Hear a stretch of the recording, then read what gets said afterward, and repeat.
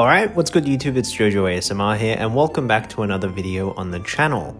So in case you've been living under a rock, Konami just announced their, emergency ban list, banning some of the degenerate and toxic floodgates and pseudo FTKs in the format. Cards like Artifact Mjolnir, which was used and abused in the Canine piles.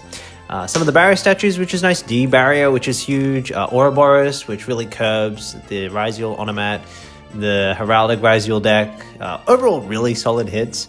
And then, of course, the Floodgate monster we all knew was bound to be banned. I mean, a card that really should never have come off the FNL list in the first place. Arch Nemesis Protos. And the second this ban list dropped, the amount of people that went into my DMs telling me how I was going to cope and how I was going to struggle with Protos being banned and Ritual Beast is over and the deck's dead again. And gosh, the people on Facebook in the Ritual Beast group who were doom and gloom saying the deck's done, it's over, it's dead, pack it up. It's just not true. I actually think, and this might be darish for me to say, that this ban list buffs Ritual Beast. There's a saying in Yu-Gi-Oh! If one floodgate gets banned, there's going to be another one to replace it. And in this case, it's as easy as just a different Nemesis monster, Arch Nemesis Eschatos. I think this card will see more play now than ever before. And in this format, it is, in some matchups, even stronger than Protos. So what exactly does Eschatos do? It's a card which literally has the effect of Protos, but instead for attributes, it affects types.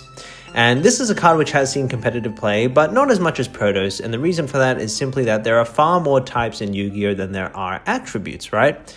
So it sometimes made it a little bit difficult to be able to line up your typing to floodgate your opponent. However, that's all fixed thanks to one card, which honestly is a card that should never have been printed, and anytime I have seen this card being played, it's used for some degenerate, toxic combo or pseudo FDK, Reprodocus. And this card just requires 2 monsters and has the effect that you can activate one of these effects, declare a monster type, and all face-up monsters that this card points to becomes that type until the end of the turn. So what does this mean? Well, it means you can, for free, just choose what type to declare with Eschatos. And when you think about the implications that this has into the current meta and format, it's devastating. And in some matchups, it's even worse than Protos. Let's say you queue Mitsurugi. Well, your Reprodocus can just turn your Eschatos or monster it points to into a reptile, and now your opponent can't summon a single Mitsurugi monster. What about Yummy? Well, you can just turn your Eschatos into a beast, and now your opponent can't summon a single Yummy monster. Or how about Lunalight? Beast Warrior, can't summon any Lunalights. Or Malice, Cybers, can't summon any Malice monsters. Blue Eyes, well, you don't even have to make Reprodocus for that because Eschatos is naturally a dragon monster. Or take for the example the Draco Tail branded matchup. All of the Albaz fusions are dragon monsters, and Orthalion, I believe, is a dragon.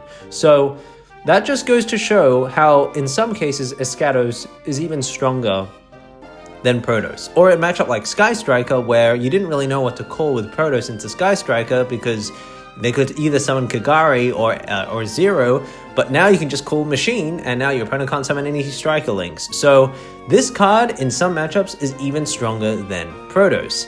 The only caveat being you now will need to summon a Reprodocus in your combo. And this also is great. The ban list actually buffed Ritual Beast in the sense that it's a deck which can't play as many hand traps or non-engine as some of the other decks like Yummy.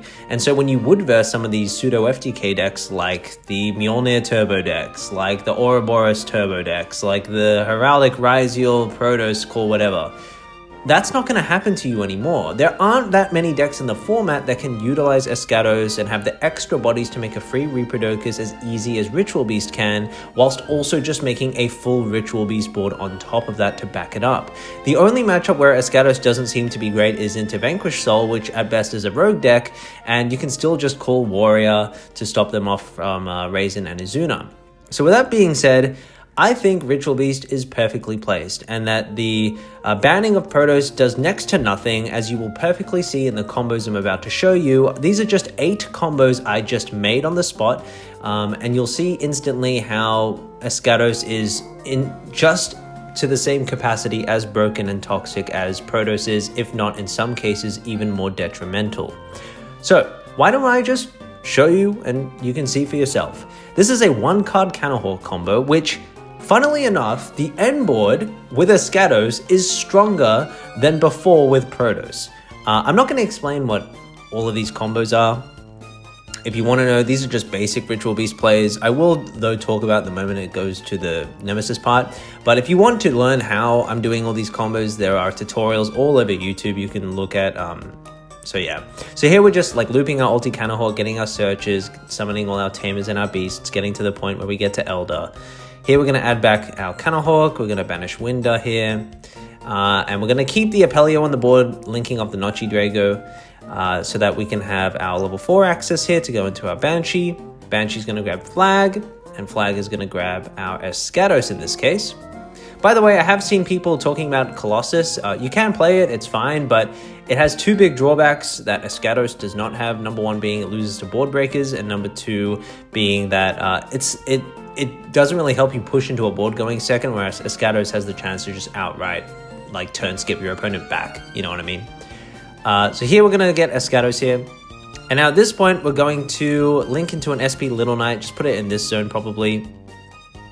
We're going to use the effect of Little Knight banishing a Banshee so we can recur it back as we have a Pyro on the board.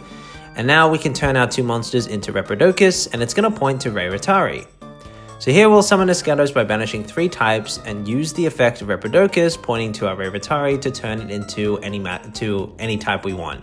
So if it's like Lunalight, we can call Beast Warrior, Striker, Machine, Orcus Machine. If it's, whatever it may be, Mitsurugi, Reptile, we can call Beast into Yummy.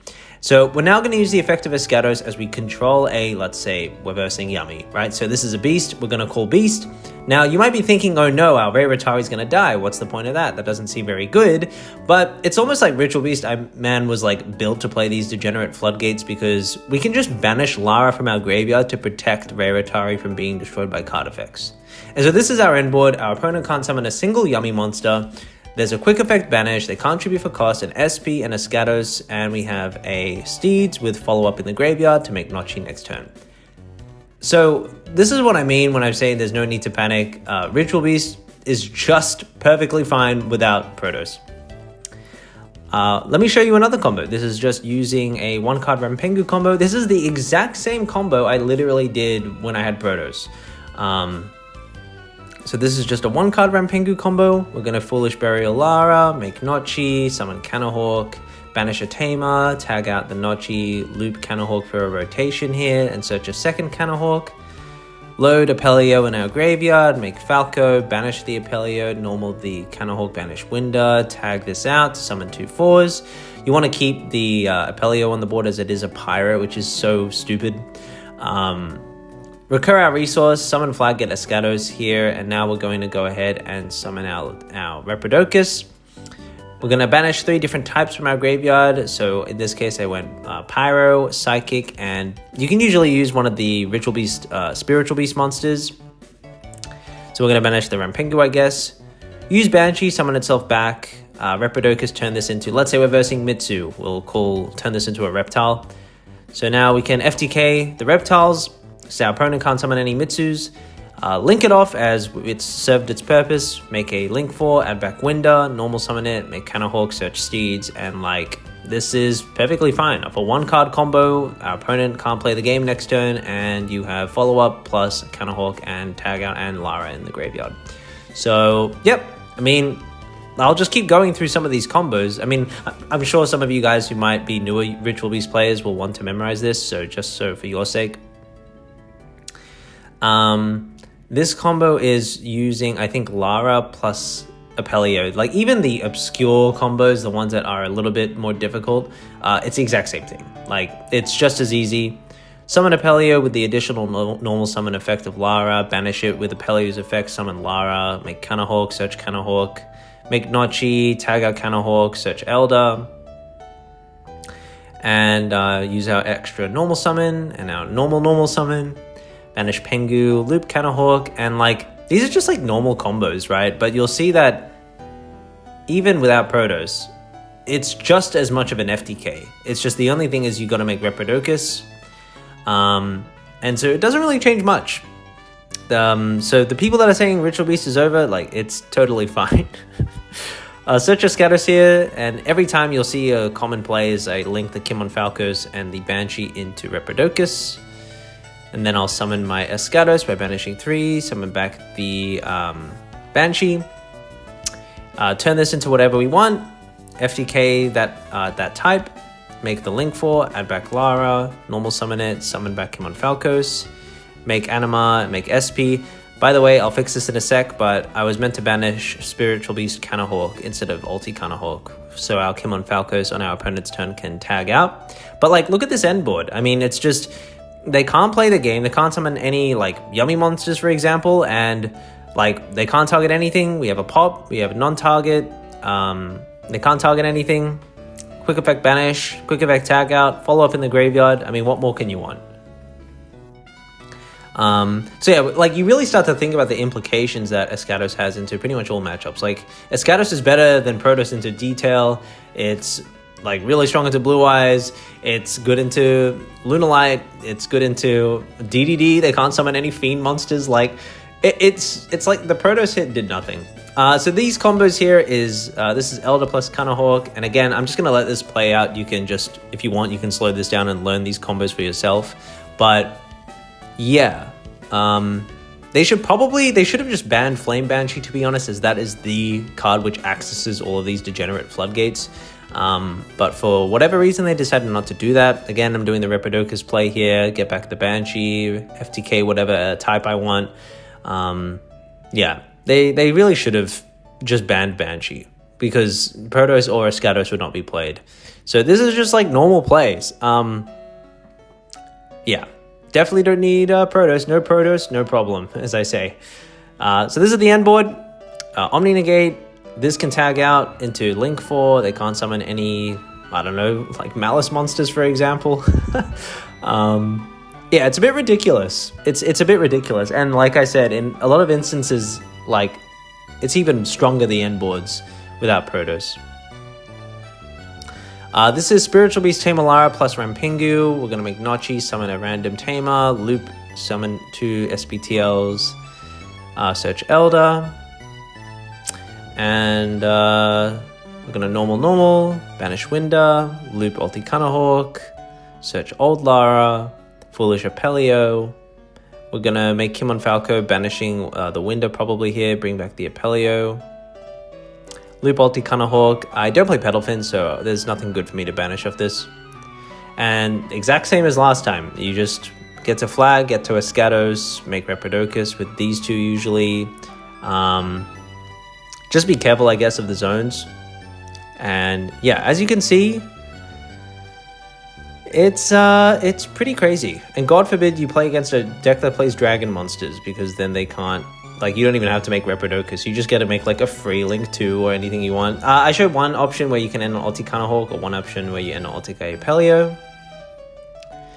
So the only combos where pretty much it matters, where you don't have Protos, are the combos where you have to summon Cross Sheet, which I think is the combo after this. I think it's this combo, actually. No, it's the one after.